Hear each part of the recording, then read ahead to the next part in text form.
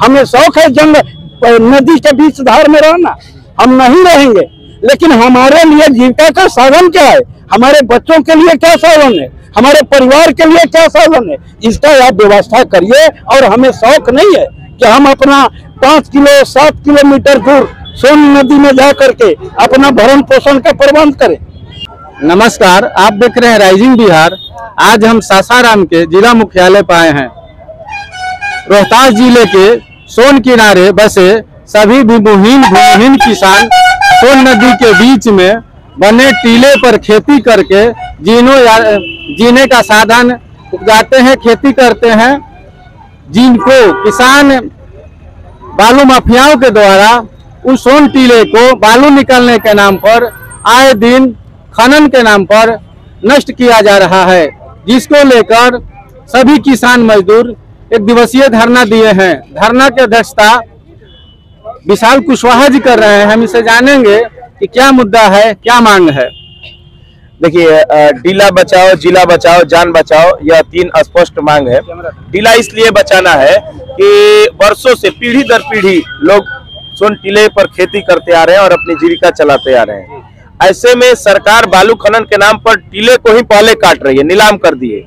तो टीला पर खेती होता है कि नहीं, लोग रहते हैं कि नहीं, उनकी जीविका जुड़ी है कि नहीं, वो तो रोहतास जिले में आकर सर्वे करने के बाद पता चलेगा।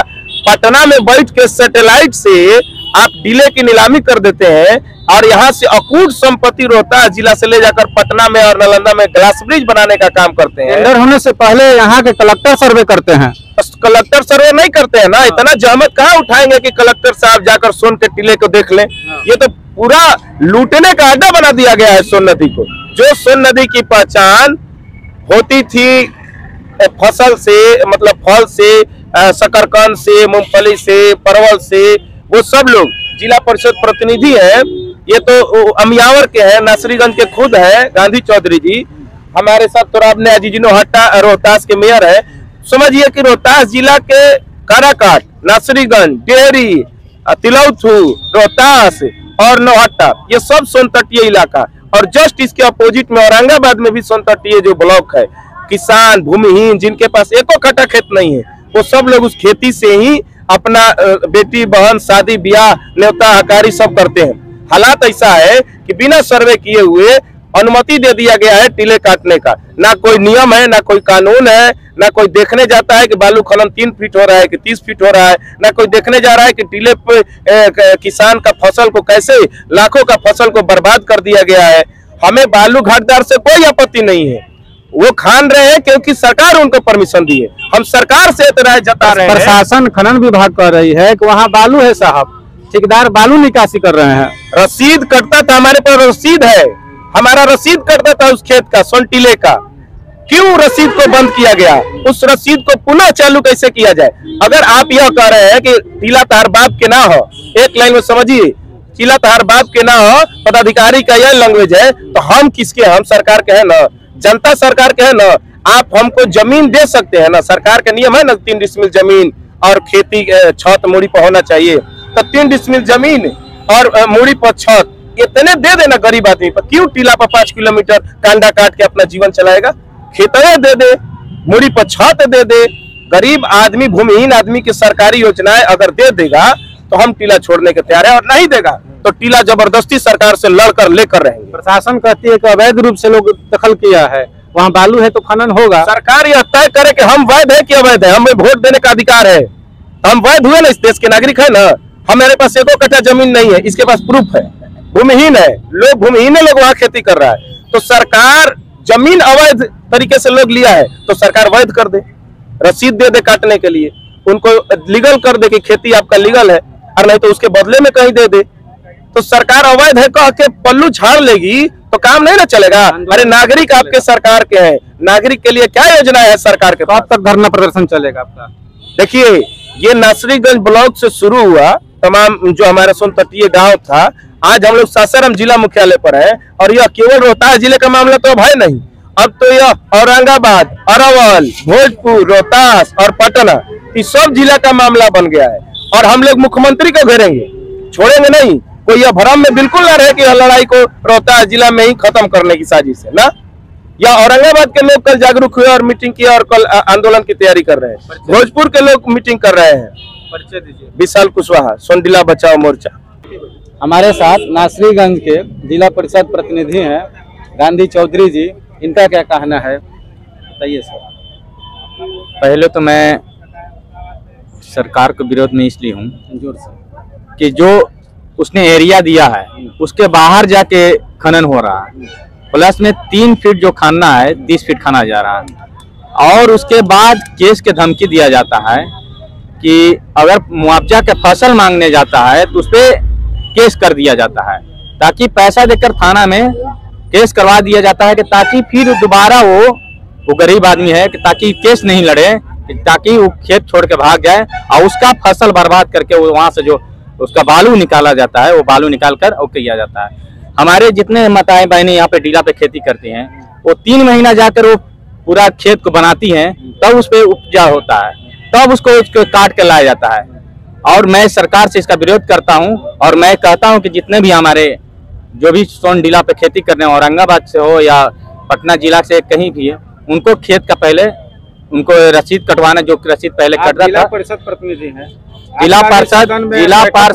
जिला पार्षद मुखिया प्रतिनिधि दोनों मैंने आपका सदन में यहाँ मैंने अपने लेटर पैड अपने तहत से डीएम साहब को मांग की। आपसे कहने से पहले आपने 1.5 महीना पहले मैंने अपने लेटर पैड पे मैंने दिया हुआ हूँ। इसके पहले अभी तो कोई जवाब नहीं आया है, और मैंने मीडिया के माध्यम से भी मैंने पहले मैंने इसका विरोध किया हूँ। अब फिर भी आज भी विरोध कर रहा हूँ, आगे भी विरोध होते रहेगा। मेरा नाम है गांधी चौधरी, जिला परिषद प्रतिनिधि और सह मुखिया प्रतिनिधि। क्या मांग है सर? मेरा खास करके मांग ये है कि ये लोग गरीब हैं क्यों और इनको गरीब बनाया कौन। अगर हम इसको सच्चाई को नहीं समझेंगे कि ये गरीब कैसे बने, कोई तो बनाया होगा गरीब, तो आप देखेंगे कि हम किसी भी बिंदु को संवैधानिक तरीके से संविधान के द्वारा ही उसको हम चीर फाड़ करके ऑपरेशन कर रहे हैं। तो आप देखेंगे कि जब भारत के अंदर में संविधान का निर्माण हो रहा था तो उस समय 296 लोगों ने संविधान सभा में चुन करके गए थे और 93 को लोग वो यहाँ के राजे रजवाड़े थे, वो बिना चुनाव के नामजद शामिल हो गए संविधान सभा। प्रदर्शन का मुद्दा क्या है? आज मेरा धरना प्रदर्शन का संवैधानिक मुद्दा है कि हम गरीब हैं और हमारे पास कोई जीविका का साधन नहीं है ना। अगर हम बालू से निकल जाए सोन नदी से तो फिर हमें रहने का भी केवल जगह नहीं है, सर छुपाने का जगह नहीं है। एकमात्र मेरे इन पूर्वज परंपरावादी तरीके से इनका परिवार का भरण पोषण उस सोन नदी से हुआ करता है। तो मैं इसलिए आया हूं कि ये देश का जो संपत्ति है, देश का संपत्ति है, नदी है, पहाड़ है, जंगल है, ये देश का संपत्ति है।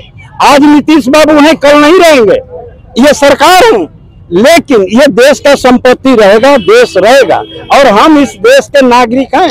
तो हमारे जब हम इस देश के नागरिक हैं तो हमें रोटी, कपड़ा, मकान, शिक्षा, स्वास्थ्य हमें चाहिए कि नहीं चाहिए? मांग क्या है? मांग ये है कि अब इससे बड़ा क्या मांग है कि हम गरीब हैं, हमें उजाड़ा जा रहा है। क्या उजाड़ा जा रहा है? आखिर उसका कारण क्या है? अगर उजाड़ा जा रहा है तो इनको बंदोबस्त आपने किया। मैं मांग करता हूं कि आप उजाड़िए। हमें शौक है जंगल नदी के बीच धार में रहना, हम नहीं रहेंगे, लेकिन हमारे लिए जीविका का साधन क्या है? हमारे बच्चों के लिए क्या साधन है? हमारे परिवार के लिए क्या साधन है? इसका आप व्यवस्था करिए। और हमें शौक नहीं है कि हम अपना 5 किलो 7 किलोमीटर दूर सोन नदी में कंपनियों में जाकर कमा सकता था, लेकिन उसके बाद भी इन्होंने जनता की सवालों को उठाने का काम किया है।